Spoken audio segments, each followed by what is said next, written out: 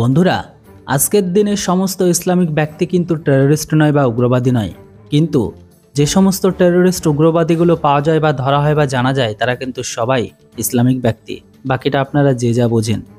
যেটাই হোক, আমি একটা কথা ভেবে পাই না, আজকের দিনে যদি পূর্ব পাকিস্তানের অর্থাৎ বাংলা ভাষাকে যদি সমগ্র ভারতবাসী বুঝতো আর তাদের সম্পর্কে যদি সমস্ত ভারতবাসীর মিডিয়া থেকে যদি তাদের বিরুদ্ধে বা তাদের খেলাফ কথা বলতো, তাহলে মনে হয় বাংলাদেশিগুলো তারা তাদের লুঙ্গিতে ভেজে ফেলতো। বর্তমান সময়ে বাংলার একজন নিউজ অ্যাঙ্কারের কথাতে সমস্ত পূর্ব পাকিস্তানিদের পিছনে আগুন জ্বলছে।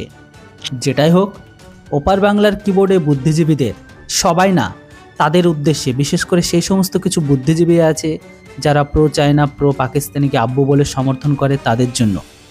কেননা ইদানিং বাংলাদেশে জুলাই 2024-এর বিপ্লবের পরে ওখানে হিন্দুদের বিরুদ্ধে যে নির্যাতনের ছবি আমরা দেখতে পেয়েছি, আমরা যেটা তুলে ধরেছি, তার সবটাই নাকি গুজব। কাদের গুজব? তাদের দাবি অনুসারে ভারতীয় মিডিয়ার, হিন্দুত্ববাদী সংগঠন এদের। আমি চাইলে বাংলাদেশের সংখ্যালঘুদের নির্যাতন সংক্রান্ত অনেক তথ্য, অনেক রিপোর্ট, স্ক্রিনশট আমার এই পোস্টের সাথে দিতেই পারি বা ভিডিওর মাধ্যমে তুলে ধরতে পারি।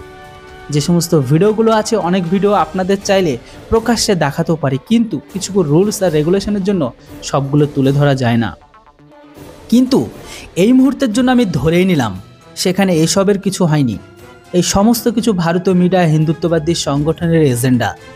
তাহলে এখন এখানে প্রশ্ন হলো, তাতে কজন সাধারণ বাংলাদেশি অর্থাৎ সোকল্ড বুদ্ধিজীবী নাগরিক হিসেবে আপনাদের সমস্যাটা কোথায়? এমন তো না যে আপনাদের কানের গোড়ায় বন্দুক লাগিয়ে আমরা আপনাদের ভাষ্যমতে তথাকথিত ভুয়ো খবরগুলি দেখতে বাধ্য করেছি। আপনাদের সোকল্ড এজেন্ডাকে যদি আমাদের এখানকার রিপোর্টিংরা সাপোর্ট না করে, তাহলে আপনি সেটা স্বচ্ছন্দে এড়িয়ে যেতেই পারতেন। এতে হইহুল্লা করার কারণটাই বা কি?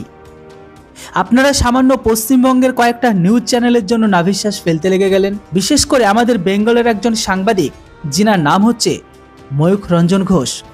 বর্তমান সময়ে ইনার নিউজ রিপোর্টিংয়ে বিশেষ করে পূর্ব পাকিস্তানের ঘরের ভেতরে তৌবা শুরু হয়ে গেছে। মনে হচ্ছে এক ময়ূখ রঞ্জনই পুরো পূর্ব পাকিস্তানের লুঙ্গিকে খসে নিয়েছে। যেটাই হোক, আপনারা ময়ূখ রঞ্জনকে স্ক্রিনে দেখতে পাচ্ছেন, অনেকে চেনেন, অনেকে ইনার ভিডিও দেখেন। যদিও আমি পার্সোনালি ওনার ফ্যান নই, এমনকি এই বিষয়ে একটি প্রশ্নের উত্তর দিয়েছিলাম এর আগেই, যেটা আপনারা আগেও দেখে নিতে পারেন। আমি আগেই বলেছিলাম যে আজকের দিনে পৃথিবীতে সমস্ত ইসলামিক ব্যক্তি উগ্রবাদী বা টেররিস্ট নয়, কিন্তু যতগুলো আজকের দিনে টেররিস্ট বা উগ্রবাদী পাওয়া যাচ্ছে তার সাথে সবাই কিন্তু ইসলামিককে যুক্ত পাচ্ছে। যেটাই হোক, এবার যদি বাংলাদেশ মিডিয়ার সেই দেশের কিছু ছবি দেখায়, যেটা আপনারা স্ক্রিনে দেখতে পাচ্ছেন, সেই দেশের ভিতরে কি হচ্ছে, তাদের দেশের ভেতরে ভারতেরকে নিয়ে কি ছবি তৈরি করা হচ্ছে, আপনাদের মিডিয়া তো দেখেননি। দিন নেই রাত নেই, শুধু একটি লোককে নিয়ে পড়ে রয়েছে, যেন নিউজ নয়, এই আপনাদের দেশের হেড। সমস্ত মিডিয়া, সমস্ত ব্যক্তি তারা এই মুহূর্তে ময়ূখ রঞ্জনকে নিয়ে ব্যস্ত। আর একটা কথা, আপনাদের মিডিয়া যখন ভারত সম্পর্কে এই একই ধরনের রিপোর্টিং করছিল, তো একজন ইসলাম প্রোডাক্ট গ্রহণকারী লাল দাড়িওয়ালা ছাগলরা যখন উস্কানিমূলক ইউটিউবে ভিডিও তৈরি করছিল, তখন তো পুরো ভারতবর্ষ আপনাদের মতো এত সিসকাদুনে হয়ে কান্নাকাটি করেনি বা করার চেষ্টা করেনি। যে সমস্ত ভিডিওগুলো আপনারা স্ক্রিনে দেখতে পাচ্ছেন, এগুলো কিন্তু আমার দেশের নয়, এগুলো সব পূর্ব পাকিস্তান অর্থাৎ বাংলাদেশ মিডিয়ারই কীর্তি। এগুলো আপনাদের দেশের দাড়িওয়ালা ছাগলের বক্তব্য। এখন যেহেতু আপনারা বলেছেন যে আমাদের রিপোর্টিংগুলো ভুয়ো, হিন্দুত্ববাদীদের প্রোপাগান্ডার অংশ, তো আমরা ভারতে এখন দাবি করছি যে এগুলি বাংলাদেশি মিডিয়ার, এমনকি মৌলবাদীদের, ভারত এমনকি হিন্দু বিদ্বেষী ভুয়ো প্রোপাগান্ডা। আর সেহেতু আমাদের মিডিয়া যাই প্রচার করুক না কেন, সে ভুয়ো অথবা মিথ্যা। আশা করছি আপনাদের এটা মেনে নিতে এবার সমস্যা হবে না। কি এই সমস্ত ভিডিও আর স্ক্রিনশটগুলো দেখে আপনাদের কি মেনে নিতে অসুবিধা হচ্ছে? টেম্পারেচারটা বাড়িয়ে দেওয়া হয়েছে। মাত্র পশ্চিমবঙ্গের সংবাদ মাধ্যমে আপনাদের চোখের জল বের করে দিয়েছে। একবার ভাবুন, পুরো ভারতের সমস্ত গণমাধ্যম যদি এমনটা শুরু করে, তাহলে আপনাদের কি হবে? লুঙ্গি তো আপনাদের পরনে থাকবে না, লুঙ্গি হাওয়ায় উড়বে। আপনাদের দুই চাকাওয়ালা ওই কামানওয়ালা কিন্তু কামান দেখা যাবে। কিন্তু আফসোস, কিছু করার নেই। মনে না নিয়ে মেনে নিন, মেনে নিলে শান্তি, মনে নিলে অশান্তি। আসলে কি জানেন তো, কুকুর হয়ে হাতির সামনে ঘেউ ঘেউ করে কুকুর নিজেকে সাহসী ভাবতেই পারে যতক্ষণ না হাতি খেপে যায় বা চুপচাপ থাকে। দুর্ভাগ্যবশত মনে করুন যে এখন হাতি খেপে গেছে, তাও আবার গজরাত পিষতে পিষতে যাবে। বন্ধুরা, এই মুহূর্তে বাংলাদেশিদের অবস্থা এমনটাই। এই মুহূর্তে বাংলাদেশের ঘরের ভেতরে ভারত সম্পর্কে যাই বলুক না কেন, সবটাই নাকি ভারতের প্রোপাগান্ডা, হিন্দুত্ববাদীদের এজেন্ডা। তাহলে আমাদের কিনে যে সমস্ত কাহিনীগুলো তৈরি করা হয়, যার ভিডিও আর স্ক্রিনশটগুলো আপনারা দেখতে পাচ্ছেন সোশ্যাল মিডিয়া আপলোড করা আছে, এরকম অসংখ্য আছে। তাহলে এগুলো তাদের কি? এগুলো তাদের কোন এজেন্ডা? তবে মানুন আর না মানুন, একটা জিনিস বাংলাদেশের ঘরের ভেতরে আমি ভালো করে লক্ষ্য করেছি, এরা আর কোনো কিছুতে উন্নতি করুক বা না করুক, এরা একটা জিনিসে বিশেষভাবে উন্নতি করেছে। সরি, একটা বললেও ভুল হবে, দুটো জিনিসে। প্রথমত, এরা ইসলামিক শিক্ষায় পাকিস্তানকেও পিছনে ফেলে দেবে।